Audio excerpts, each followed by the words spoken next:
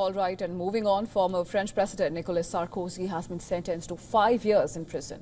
A French court has held him guilty of criminal conspiracy in a case that dates back to 2005 and links to former Libyan dictator Gaddafi. Well, the French court held Sarkozy guilty on one account in high-profile Libya funding case. The court found that Sarkozy engaged in a corruption pact with Muammar Gaddafi, but he was cleared of that charge that accused him of using that money for election campaign.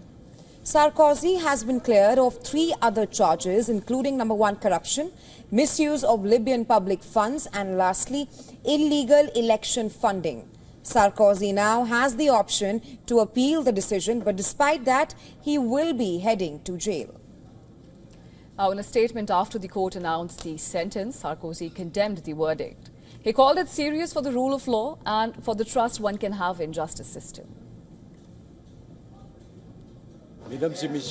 Ladies and gentlemen, what happened today in this courtroom of the Paris Correctional Court is extremely serious for the rule of law, for the trust one can have in justice.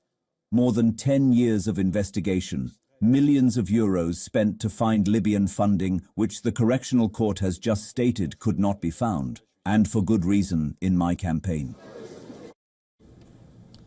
The case dates back to 2005 when Sarkozy was France's interior minister and Gaddafi was facing international isolation. The deal allegedly shaped out between the two.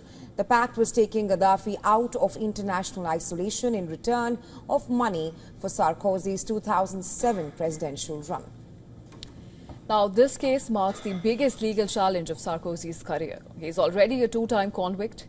In a previous trial, he was convicted of corruption and influence peddling and wore an electronic tag while serving part of his sentence. Now, in another case, he was found guilty of hiding illegal overspending in his failed 2012 re-election bid. Despite conviction, 70-year-old Sarkozy remains an active player in French politics. The man who once shaped European geopolitics is now fighting for his political survival.